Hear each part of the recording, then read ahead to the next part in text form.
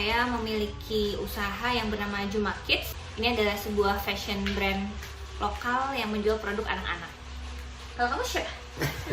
Saya Cuk Guritno, saya pemilik dari wellborncompany.com. Halo, nama saya Rima. Saya adalah Creative Director dari Prince. Nama saya Bayu Prasetyo. Saya owner dan founder dari Simply Outfit. Kenalkan, saya Vika dan saya owner dari brand Mika Indonesia. Langsung jawab pertanyaan yang pertama nih ya, tentang how to start the business. Apa aja sih yang berperan penting dalam sebuah brand? Menurut Wellborn, siapa sih yang berperan penting dalam sebuah brand? Oke, yang pasti adalah ownernya sendiri. Tergantung siapa yang menjalaninya. Nah, kalau menurut saya pribadi yang berperan penting dalam sebuah brand itu pasti di setiap divisi itu megang suatu hal yang setiap divisi itu memegang peranan yang penting. Gara-gara kita adalah sebuah rantai yang tidak bisa terputus nih teman-teman. Kayak misalkan mulai dari desain, itu dari desain timelinenya udah harus benar, desainnya udah harus jago. Dari desain beres nanti masuk ke produksi. Produksi juga timelinenya harus cepat, perhitungannya harus tepat juga. Dari produksi nanti begitu barang masuk langsung ke inventory, langsung ke bagian marketing, mulai dari foto, kemudian kontennya akan digarap seperti apa. Dan kalau dari masing-masing rantai itu ada yang miss, itu jadinya nggak akan benar juga gitu nih brand ini digarapnya. Nah, tapi bagaimana tim ini bisa berjalan dengan baik, pastinya harus dengan supervisi yang baik dari pemimpin brandnya. Jadi memang yang benar-benar penting di dalam sebuah brand itu berarti adalah ownernya. Berarti ini penting banget untuk menerapkan sistem the right man on the right place ya teman-teman ya. Mungkin ini bagian juga dari manajemen. Apa yang perlu dipertimbangkan dalam memulai sebuah bisnis fashion? Yang pertama adalah opportunity. Opportunity di sini sebagai brand yang startup mungkin harus banyak-banyak market research di luar sana. Apakah brand yang saya buat itu sudah ada di luar sana, atau misalnya dari pemilihan nama, dari mungkin karakter dari brand tersebut, atau mungkin dari garis desain yang akan dikeluarkan di setiap koleksi. Itu harus banyak research karena kita harus mempunyai uniqueness sendiri di dalam brand tersebut. Jangan sampai kita mengeluarkan suatu koleksi atau misalnya kita merasa itu adalah uniqueness kita tanpa tahu di luar sana ternyata sudah banyak brand-brand yang membuat produk serupa dengan kita. Ada newness tadi dari market research, terus kita dapat uniqueness kita seperti apa, lalu kita merancang kembali. Kita tuh punya sesuatu yang baru apa sih yang akan ditawarkan oleh calon customer kita. Terus yang terakhir yang paling penting adalah affordable di sini atau ekonomis di sini itu disesuaikan dengan market yang akan kalian selami. Jadi kalaupun misalnya ternyata menurut teman-teman kalian nih produk kalian terlalu mahal, tapi ternyata mungkin market yang kalian masuki itu mungkin high end. Jadi itu sangat masuk di dalam market yang akan kalian masuki.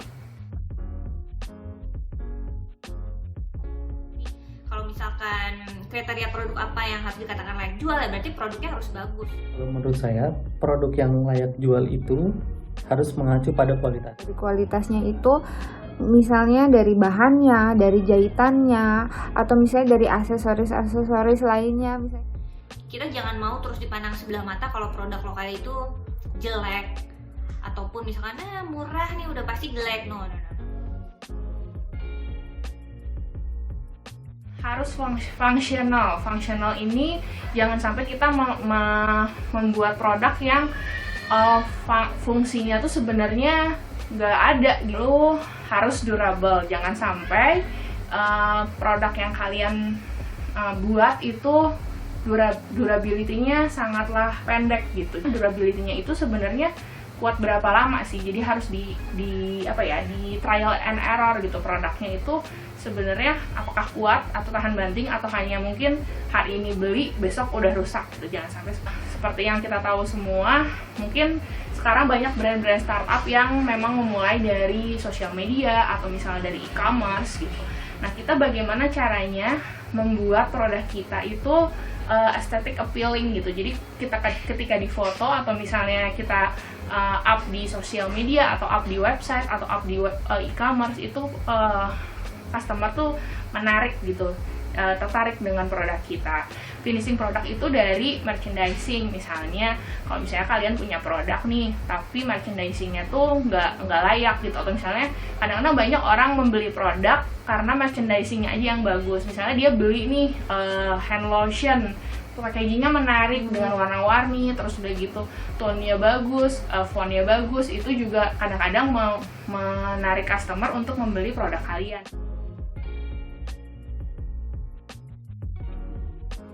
Nah, di sini ada dalam proses produksi ada beberapa hal yang harus kalian monitor, yang harus selalu kalian awasi prosesnya agar produk tersebut tidak selesai dengan cacat. Ada beberapa step yang kita lakukan. Pertama, dimulai dari desain. Jadi ketika kita ngedesain itu, atau ada desainer yang ngedesain, itu tidak bisa asal ngedesain saja, tapi mereka pun harus mempertimbangkan bagaimana nanti ketika konstruksi jahitnya, bagaimana nanti ketika pemasangan kancingnya, kira-kira ketika bahan ini dipakaikan teknik ini bakal sesuai nggak, bisa atau tidak, kayak gitu. Jadi nggak cuma asal desain yang bagus, tapi harus dipikirkan juga teknik nanti ke depannya. Kedua, setelah desain selesai, kita pastikan kita buat sampling terlebih dahulu sebelum kita mass production. Ketika kita sampling, nanti setelah desain beres, kemudian kita lanjut ke proses produksi, kita sampling. Di situ kan untuk proses produksi sampling kan melewati beberapa tahap. Yang pertama harus di marker terlebih dahulu. Nah, ketika di marker, di situ kita juga bisa amati kira-kira ketika kita marker, bahan yang kita tebar itu kira-kira muat berapa banyak sih di dalamnya. Kira-kira untuk biar bahan ini lebih efisien, agar tidak waste-nya tidak terbuang terlalu banyak, kira-kira cara marker yang baiknya seperti apa. Itu satu, bisa diamati dari situ. Kemudian kedua, setelah marker dari sisi proses cuttingnya. Proses cuttingnya pun di sini bisa kita awasi, karena untuk beberapa vendor, contoh untuk t-shirt aja, ada beberapa vendor yang karena dia memang pengen cepat, jadi dia tumpuk sebanyak-banyaknya bahannya, lalu dia potong sekaligus. Nah, untuk pemotongan sekaligus itu, kalau memang melebihi batas dari mesin potongnya, kadang itu ada lapisan bawah dari kain, itu tidak terpotong maksimal. Jadi sehingga bisa dibilang potongannya bisa terlalu kecil pada akhirnya, sehingga nanti pas dijadikan bahan, sizingnya jadi lebih kecil dibanding potongan yang lain, kayak gitu. Kemudian ketiga, ketika masuk ke prosesi jahit, jangan sampai terjadi tadi adanya putus benang atau benang yang loncat, kayak gitu. Maka dari itu sangat perlu dia perhatikan juga ketika dari prosesi jahitnya itu sendiri. Kemudian yang berikutnya dari sisi QC. QC ini yang paling penting, harus betul-betul dijaga dari sisi tadi, minimal yang antara bahan yang cacat, yang kedua antara tidak adanya benang yang loncat, ketiga dari sisi ukurannya apakah sesuai, kayak gitu. Jangan sampai minimal parameter tadi itu tidak lolos QC lah, kayak gitu. Yang terakhir itu yang kelima dari sisi finishing atau packaging. Jadi di situ ada produk yang sudah di QC, biasanya kita finishing dengan cara di steam, lalu kita masukkan packing, kayak gitu, sehingga siap untuk dikirim.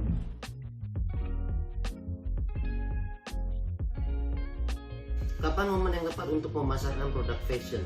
Sekarang. Itali lockdown, brand-brand di luar sana udah nggak punya kendali apapun. Soalnya sekarang produknya Cina dirasakan udah mulai agak susah masuk ke Indonesia ya. Saatnya industri lokal berjaya. Jadi kalau teman-teman mau bikin produk fashion, cepat-cepat digarap dari sekarang. Apa yang sudah menjadi mimpi, silahkan didiskusikan secepat mungkin.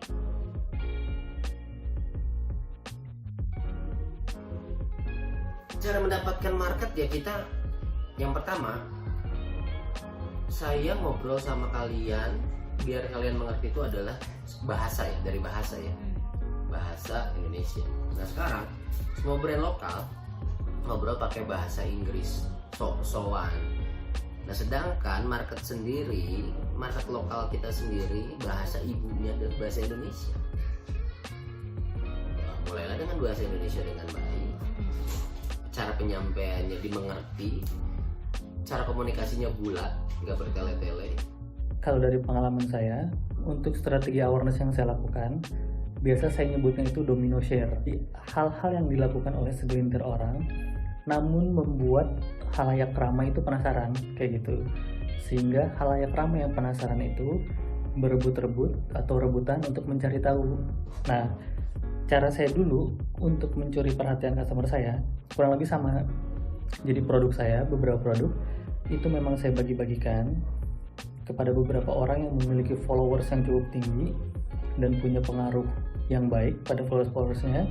Jadi setiap kali dia posting, persentase likes-nya tinggi, yang komen banyak. Nah, orang-orang seperti itu nggak harus selebgram ya, nggak harus influencer, tapi yang penting dia punya followers tinggi dan konversi likes dan komennya bagus. Saya kasih aja, cukup mencuri perhatian di jagadmaya saat itu, sehingga kurang lebih bisa mengambil mengambil perhatian lah dari customer yang banyak, sehingga lari ke follower saya, dan sehingga beberapa orang pun ada yang penasaran ingin membeli produk saya. Sekarang tuh banyak, dengan endorse bisa Instagram advertising, Facebook advertising, atau Google CEO. Itu udah banyak banget yang gunain itu dan itu efektif ya. Cara brand tetap bertahan, yang pertama mungkin tetap menjadi brand yang mempunyai uniqueness sendiri. Jadi dipertahankan uniqueness kita itu seperti apa, tapi balik lagi market research-nya harus selalu diolah gitu. Jadi jangan sampai kita idealisnya tinggi tapi sebenarnya customer atau misalnya calon customer itu kita nggak punya potensial buyer. Jadi uniqueness-nya harus dipertahankan, tapi kita lihat lagi apakah sebenarnya demanding dari customer-nya itu masih ada atau tidak. Terus konsisten di jalannya. Jadi banyak sekali di luar sana brand yang mungkin kurang konsisten dalam menjalankan produknya gitu. Jadi mungkin dia pertama begitu launch dia bikin apparel, terus tiba-tiba nanti di tengah jalan apparel lagi lesu, dia tiba-tiba pindah ke produk. Jadi kita harus konsisten gitu. Produk apa yang akan kita produksi. Yang ketiga adalah update, macam-macam ya, dari mulai tren. Terus di luar sana tuh selain yang namanya brand tuh apa aja sih yang menjadi trend bagi brand itu gitu. Jadi mungkin kalau sekarang yang menjadi trend bagi brand itu mungkin dari e-commerce atau misalnya masuknya produk-produk murah dari Cina, itu merupakan trend dari kita gitu. Jadi kita harus selalu up to date apa sih yang menjadi opportunity kita dan menjadi trend kita. Yang terakhir adalah reflection di sini kita harus berkaca gitu. Sejauh mana kita sudah melangkah dan sejauh mana kita harus punya strategi ke depannya untuk menjalankan brand tersebut. Saya tekankan lagi, banyak research di sini. Kita lihat di luar sana udah ada sampai sejauh mana sih brand-brand Indonesia ini sudah membuat produknya, atau misalnya sejauh mana sih uniqueness yang ada di mata customer. Jadi bisa saja mungkin menurut kalian itu unik, tapi menurut customer itu merupakan hal yang biasa. Melihat secara langsung produk untuk merasakan touch and feel. Jadi yang namanya desainer tidak hanya mungkin risetnya nggak harus di internet aja, atau misalnya dilihat di Pinterest aja, terus melihat langsung produknya, atau misalnya mungkin bisa kalian main ke sebuah toko atau ke sebuah butik, atau bisa merasakan dan melihat quality dari produk yang bagus itu seperti apa.